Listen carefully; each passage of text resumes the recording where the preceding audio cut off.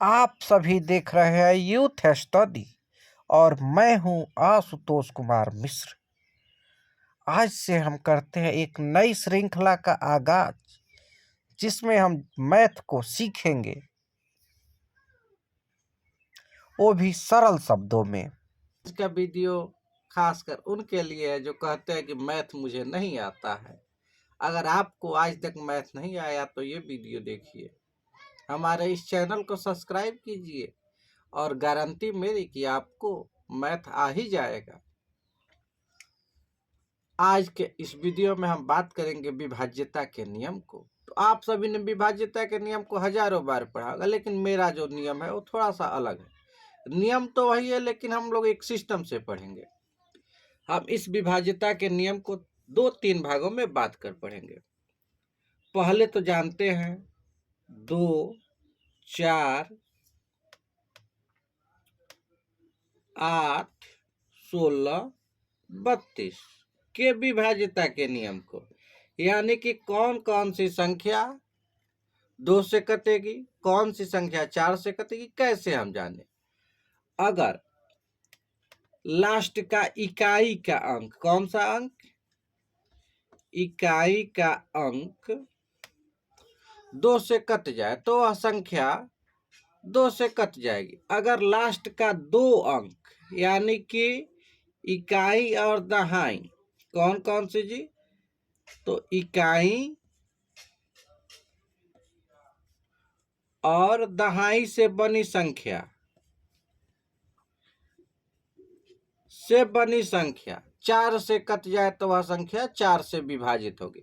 जैसे कि एक संख्या लिख ले 2, 7, 6, 4, तो हम सिर्फ ये देखेंगे कि ये 2 अंक जो है 4 से कट रहा कि नहीं कट रहा। अगर ये 2 अंक 4 से कट जा रहा है तो यह पूरी संख्या क्या होगा, 4 से कट जाएगा। 8 से विभाज्यता का नियम क्या है, 3 अंक। 3 अंक कौन कौन सा, तो इकाई, दहाई और सैकड़ा से बनी संख्या अगर 8 से कट जाए, यानी कि अंतिम 3 अंक 8 से कट जाए तो वह पूरी संख्या 8 से विभाजित होगी। जैसे 2, 7, 6, 4, 8, 2, 4। अब हम लास्ट में यही देखेंगे कि क्या यह संख्या 8 से कटने वाली है कि नहीं है। अगर ये संख्या 8 से कट जाएगी तो यह पूरी संख्या 8 से कट जाएगी। अगर 16 से विभाज्यता के नियम को हम देखें तो कह रहा है कि अंतिम 4 अंक, अंतिम 4 अंक में क्या क्या आ गए जी, इकाई, दहाई, सैकड़ा और हजार। अगर ये अंक, ये चारों अंक 16 से कट गए तो वह पूरी संख्या क्या होगी, 16 से विभाजित होगी। जैसे हम लिख दे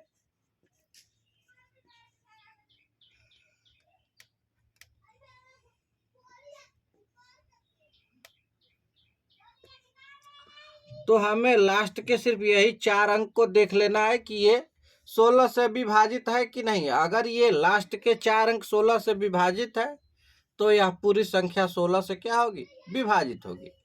32 से विभाज्यता का नियम यह है कि अंतिम 5 अंक अगर अंतिम 5 अंक अगर 32 से कट जाए तो वह पूरी संख्या 32 से विभाजित होगी। ये तो हो गया पहला नियम, यहां तक हमारा समाप्त हुआ। अब दूसरा नियम कह रहा है कि दूसरे में हम जानेंगे 3 और 9 से विभाज्यता का नियम। तो कह रहा है कि यदि अंकों का योग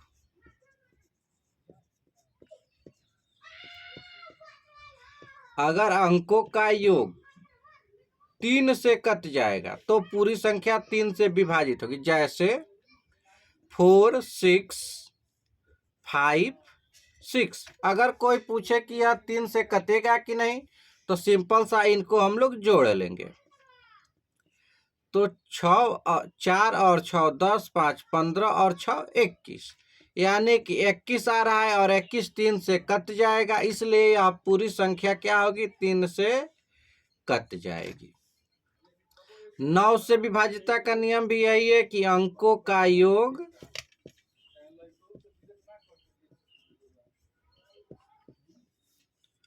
नौ से कट जाए तो अब पूरी संख्या 9 से क्या होगी, विभाजित होगी। जैसे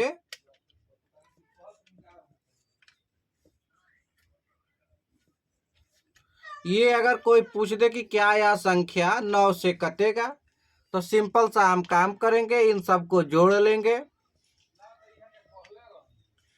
7 और 6 13, 5 18 और 9 27, ये हो गया 27। यानी कि यह अगर 27 9 से कट जाएगा तो यह पूरी संख्या क्या होगी, 9 से कट जाएगी। ये तो हो गया दूसरा नियम। अब तीसरे में हम लोग चलते हैं। तो अब आते हैं 5 के विभाज्यता के नियम पे। तो हम 5 का और 10 का एक साथ जानेंगे। तो अगर इकाई के स्थान पे 0 और 5 हो तो संख्या 5 से क्या होगा, कट जाएगा। वहीं अगर इकाई के स्थान पे 0 हो तो संख्या क्या होगा जी,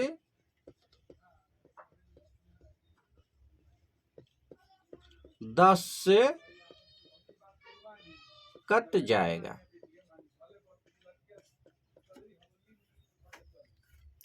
ये तो हो गया नियम 3। यानी कि अभी तक हम लोग 3 नियम जान गए। पहला तो था कि लास्ट के अंक कटने के आधार पे, दूसरा था अंकों के योग के आधार पे, और तीसरा हो गया लास्ट में 0 और 5 होने पर, और दूसरा लास्ट में 0 होने पर। अगला नियम यह कहता है, अगर दो कोई संख्या है, जैसे मान लीजिए कि A और B सह अभाज्य है। अब आप लोग सोच रहे होंगे कि ये सह अभाज्य क्या होता है। तो सह अभाज्य वे संख्याएं हैं जिनका मसा 1 होता है। तो कह रहा है कि A और B सह अभाज्य है, संख्या है,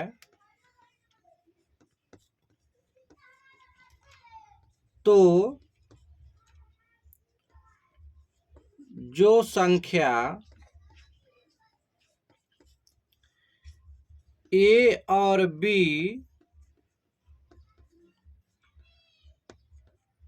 दोनों से कट जाएगा,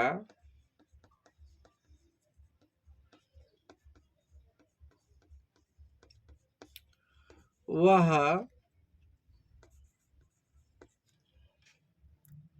संख्या A B से भी कट जाएगा। अब यहाँ पर हम लोग जान लेते हैं कि सहअभाज्य संख्या क्या है। तो वे दो संख्याएं जिनका मसा 1 हो उसे हम सहअभाज्य कहते हैं। जैसे 2 और 3 का मसा क्या होगा, 1 होगा, अतः यह दोनों 2 और 3 सहअभाज्य संख्याएं हैं।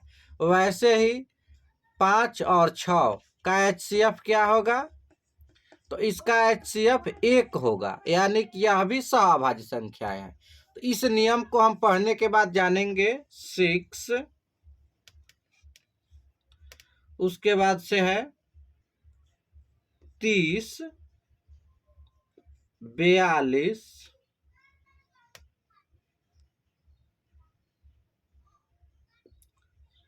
56, 72, 12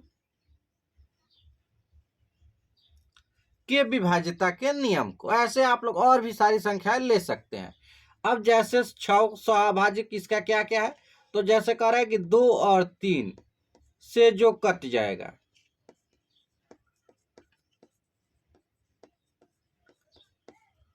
वह 6 से भी क्या होगा, कट जाएगा। वैसे ही 5 और 6 से जो कटेगा वह 30 से भी कटेगा। जो 6 और 7 से कटेगा वह संख्या 42 से भी कटेगा। 7 और 8 से जो संख्या कटेगा, दोनों से कटना चाहिए, 7 से भी 8 से भी, वह संख्या 56 से भी कटेगा। वैसे 8 और 9 से जो कटेगा वह 72 से भी कटेगा। वैसे ही कह रहा है कि 3 और 4 से जो कटेगा वह 12 से भी कटेगा। तो यानी कि हम देखेंगे कि क्या, जैसे 12 से कोई पूछ, मान लीजिए कि हम दे दिए ये संख्या,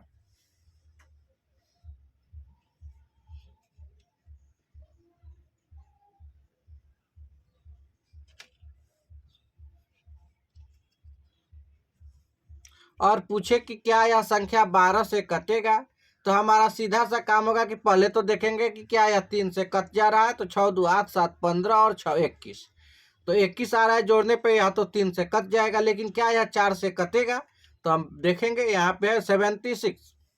अब 76 में 4 से भाग देंगे तो शायद 19 बार में कटेगा। अगर 19 बार में कट जा रहा है, यानी कि यह संख्या जो है क्या है, 3 से भी कट रहा है और 4 से भी कट रहा है, इसलिए यह संख्या 12 से भी क्या होगा जी, कट जाएगा।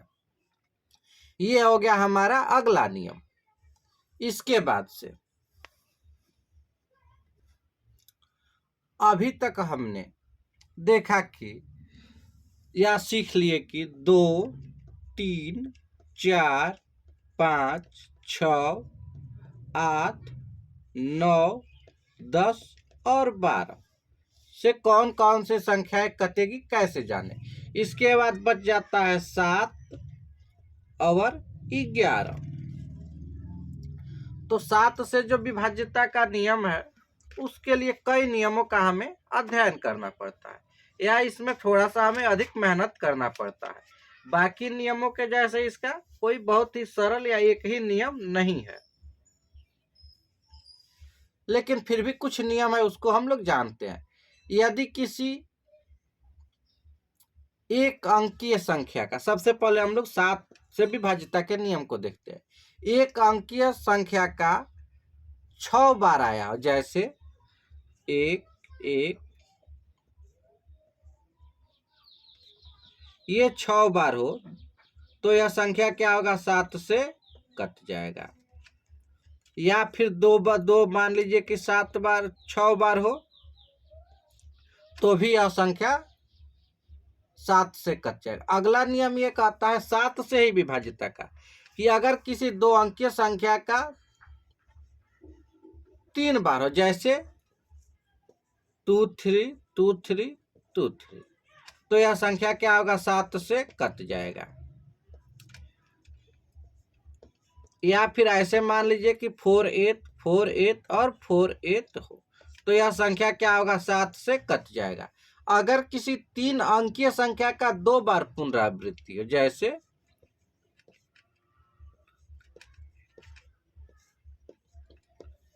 तो क्या होगा, यह संख्या भी 7 से कट जाएगा। तो यानी कि 7 से विभाज्यता का नियम में कुछ विशेष नहीं है, यहाँ पे हर एक जगह यह नियम लागू नहीं होता, फिर भी ये कुछ सरल सा नियम हो गया। इसके बाद से 11 के विभाज्यता का नियम है कि इकाई नहीं बल्कि सम और विषम स्थान के अंकों का योग, अंकों के योग का अंतर अगर 11 से कट जाए अथवा 0 आ जाए तो वह संख्या 11 से विभाजित होगी, जैसे 2 6 4 8 9। अब इसको और फिर इसको जोड़िए,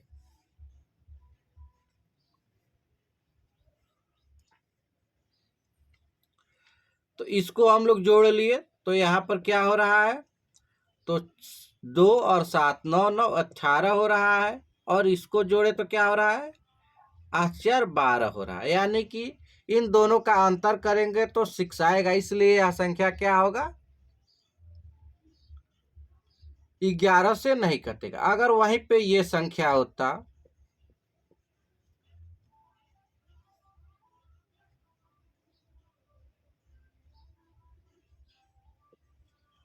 और पूछा जाता कि क्या यह संख्या 11 से विभाजित है, तो इसको हम लोग ऐसे करते हैं। अब इसको जोड़े, 7 2 9 9 18 हो गया, यहाँ पर लिख लीजिए, और फिर इसको जोड़िए, 8 4 12 और 12 और 6 18, यानी इसका भी योग आया 18। अब इन दोनों का अंतर 0 हो गया, अतः यह संख्या जो है क्या होगा, 2 से कर यह संख्या जो है 11 से क्या होगा, विभाजित होगा। अगला एक और उदाहरण लेते हैं।